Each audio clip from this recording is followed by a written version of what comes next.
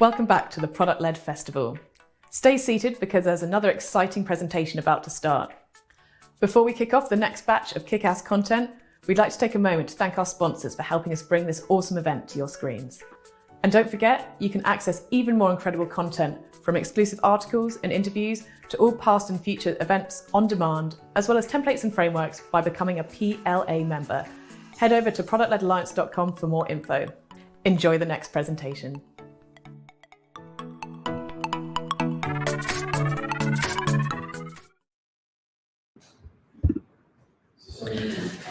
Hello everyone, and a very warm welcome back to the Product-Led Festival.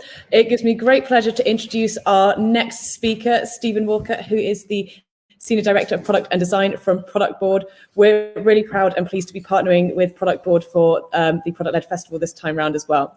Stephen is going to be talking to us today about what your growth strategy says about you and your company. We'll be taking questions at the end, so please do drop your questions into the chat. And if you want to learn more about Product Board, you can check the link which is pinned to the top of the chat. So welcome, Stephen, welcome everyone, and welcome to the virtual stage. Thanks, Heather.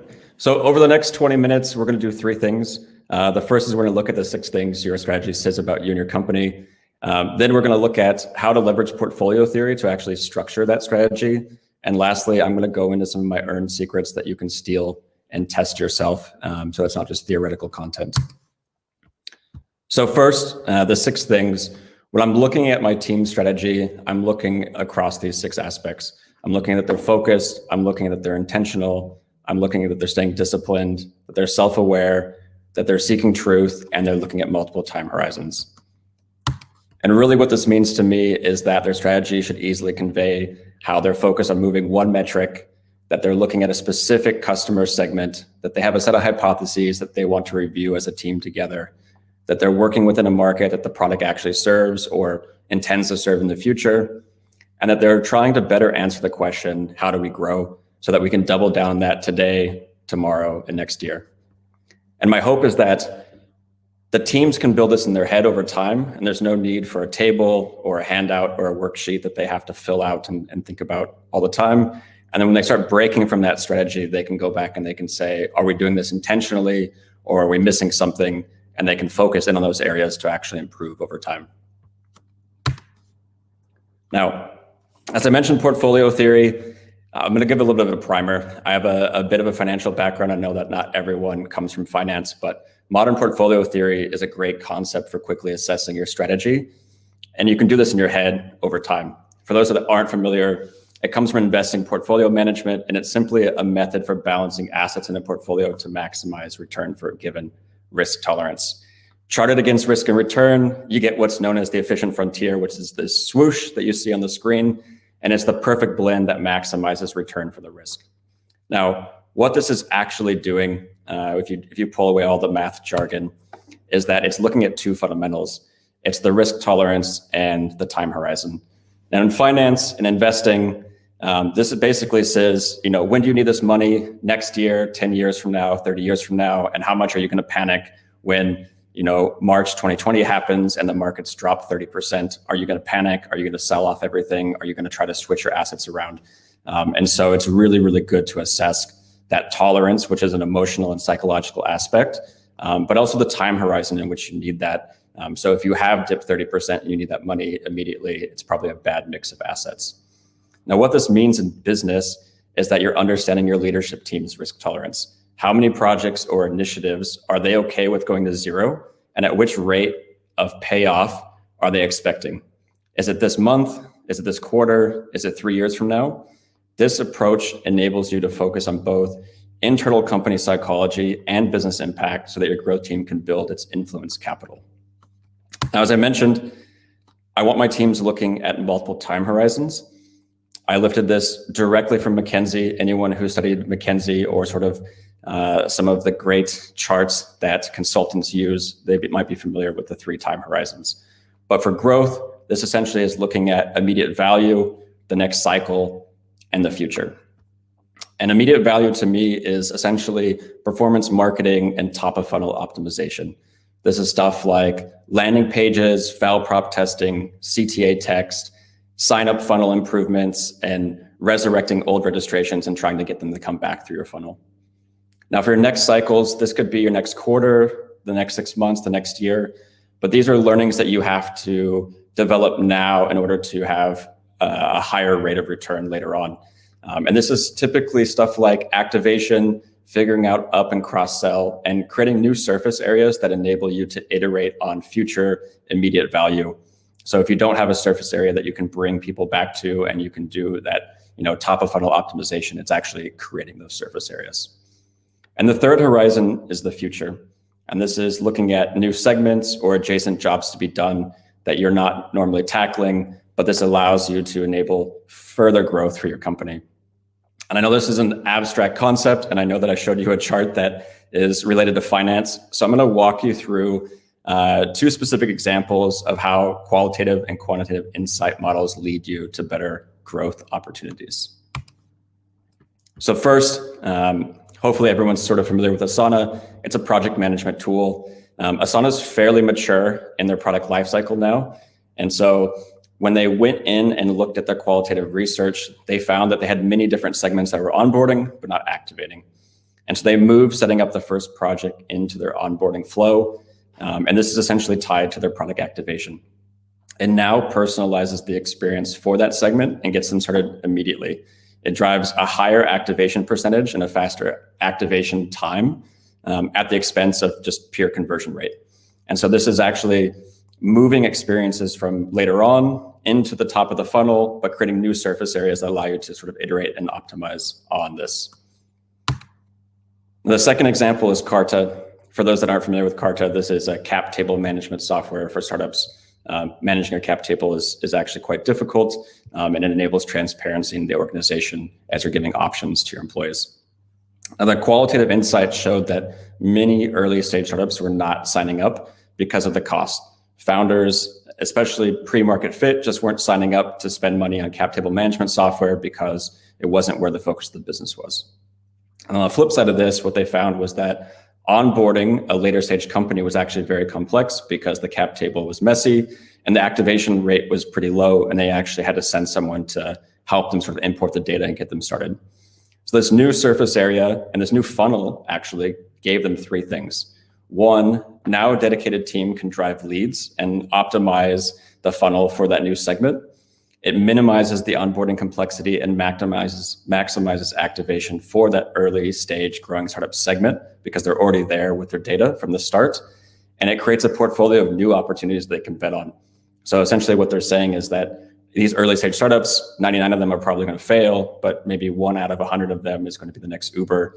And it'll actually be a great customer for us in the future. So some secrets that you can steal from me, but hopefully that you test yourself so that you're not just relying on what I say. The first is that great artists steal, but I'm going to kind of double click inside of this. And what I'm going to say is that you should reverse engineer hypotheses from prior art. Now, the site that's on here, this is the landing page for Lucid. Lucid is a great product for mental training, specifically around sports performance.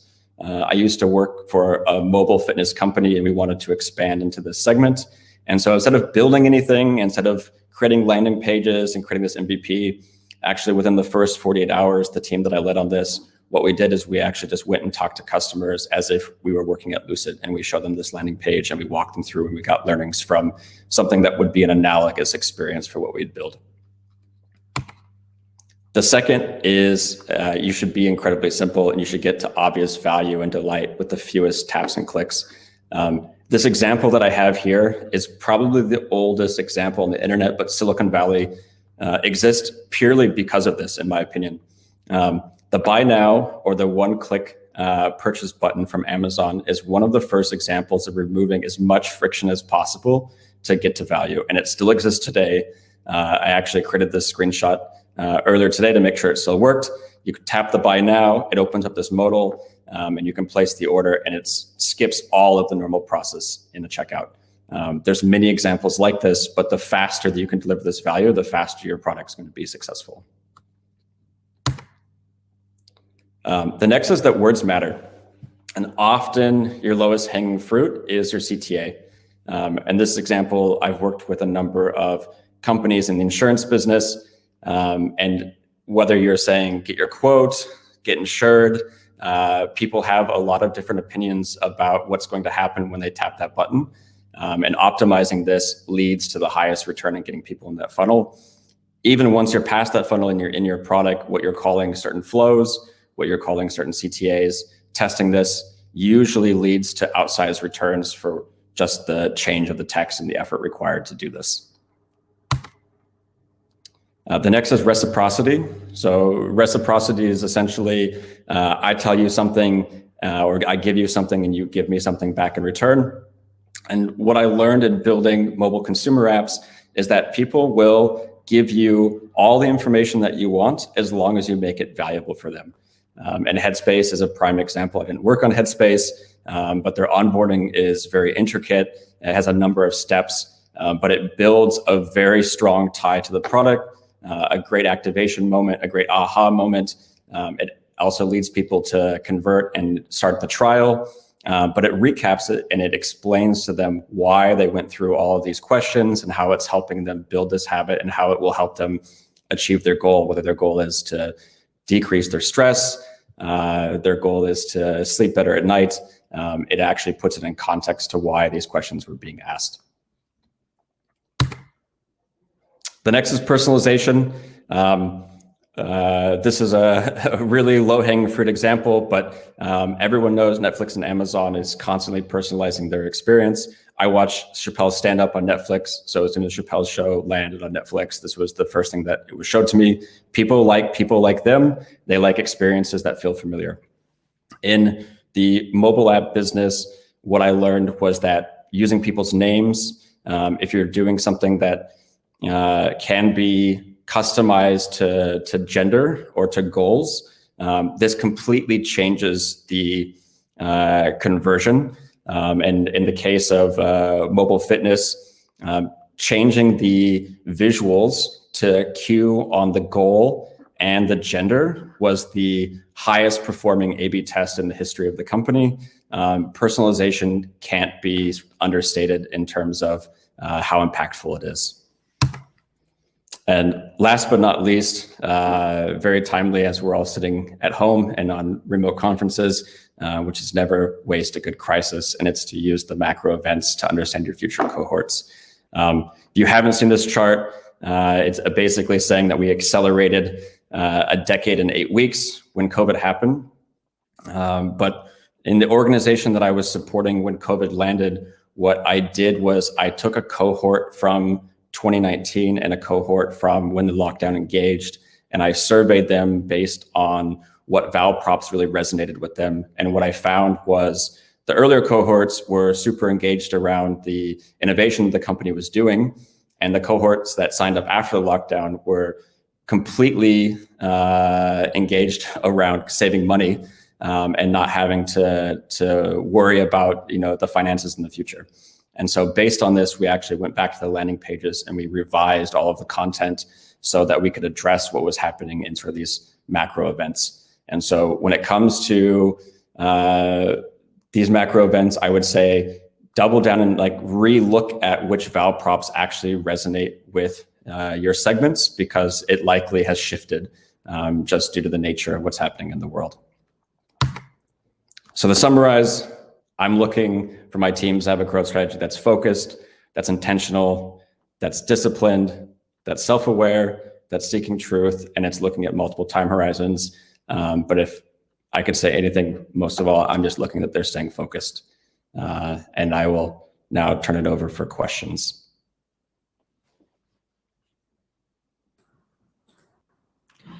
Thank you so much, Stephen. Short and sweet. Thank you very much. So anyone, if you've got questions, please do drop them into the chat. We have a few minutes to answer them now. We've got one here that's come in from Raul. What other macro events have you seen during your career, and how did that impact behaviors? Yeah, I would say, and this is really related to sort of the investing moment that I had in there. If you're working in finance and you have market shifts, either bull markets or bear markets, this will shift the sentiment of people. And so I would say sometimes it's dependent on the industry that you're in that you should be looking at. At Product Board specifically, there's a massive push towards digital product management, especially for organizations that were not digital because of the fact that their business depends on it now. And so I think every business has different cues, and you usually know that it's going on. And so it's not something that you have to really dig into and look far to figure out.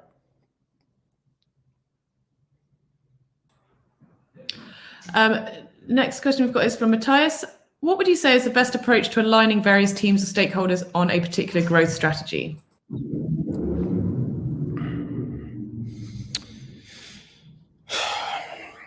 It depends. So is there a way to get a follow-up on that and get more detail?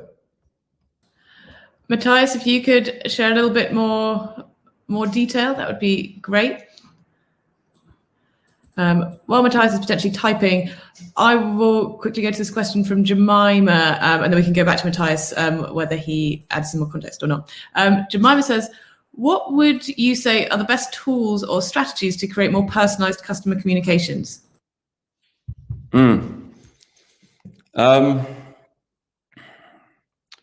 So these are two very different things. For tools, you need a great CRM in place.